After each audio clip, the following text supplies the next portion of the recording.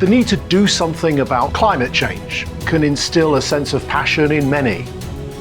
But herein lies the problem. Despite our best intentions, what we say doesn't always translate into what we do. We believe that behavioral science can help to more effectively engage decision makers in the boardroom to support climate action, mitigate climate risks, and to help them fulfill their legal duties. And we have built a series of tools to help.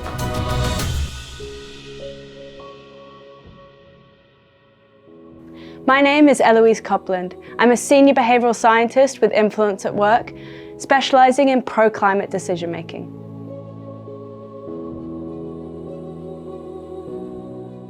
Imagine you're approaching a board of directors whom you've never met before, and your job is to encourage them to adopt more Paris-aligned business strategies to drive a transition to a net zero emissions sustainable economy. Or maybe you're meeting a senior executive for the first time and recognize that rather than diving straight in with your proposal, establishing a positive and personal connection with them first might smooth the way. How might you do this?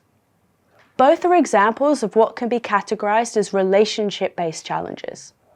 In any persuasive pursuit, your first goal is to cultivate a positive relationship with the person you're trying to influence. Doing so will leave people more open to your idea and will hopefully result in a yes rather than a no or not right now. So what's the best way to start building a relationship? Here are 3 ideas informed from the Pathway to Sustainability Toolkit that can help.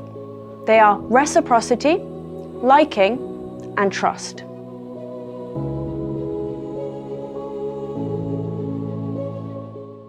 Reciprocity is the idea that people give back to others the form of behavior or gift first received.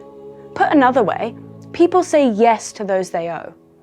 In the context of boards, evidence suggests that reciprocity plays an important role in facilitating group decision-making, helping to achieve group consensus and fostering trust amongst members. One of the best demonstrations of this principle comes from a series of studies conducted in restaurants. Diners who were given a single mint at the end of their meal increased their tips by about 3% compared to those not given a mint.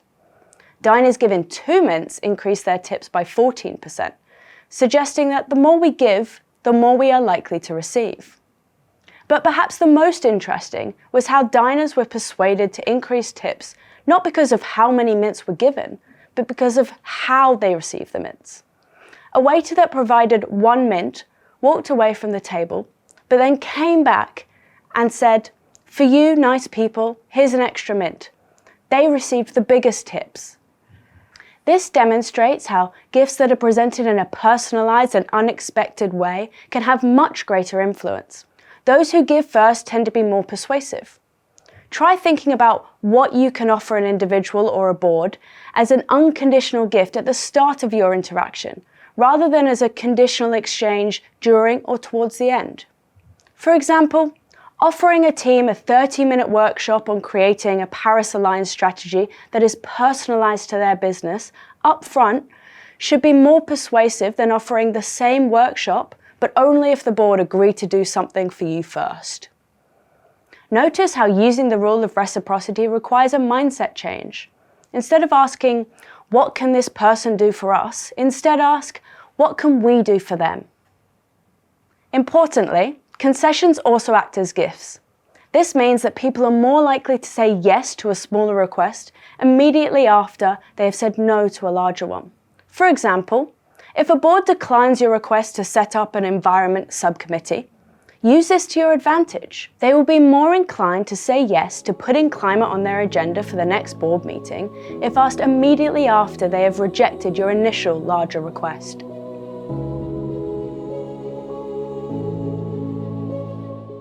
People like those who like them and who they share similarities with.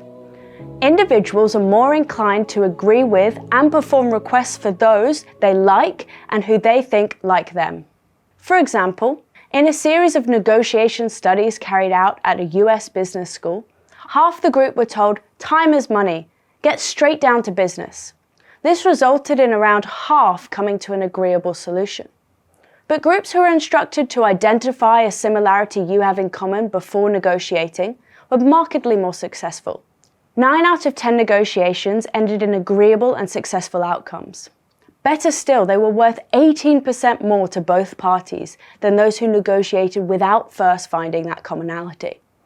The advice is to seek out similarities between yourself and your influence target before you meet them, and raise these similarities early on. What's surprising is how seemingly superficial similarities might be, but that still have an influence. A love of the same sports team, being born close to each other, or vacations in the same place.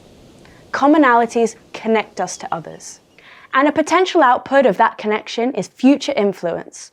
So highlight what you have in common with directors, no matter how superficial. Compliments can be persuasive too.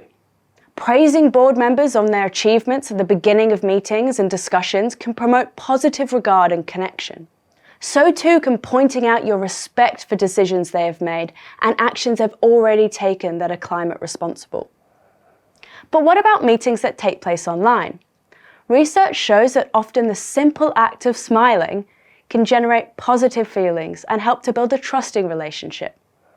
When talking to people online, especially new acquaintances, take a moment to look into the camera, smile, greet each person at the beginning of meetings. Importantly, use their name. Trustworthy messengers are more likely to be listened to.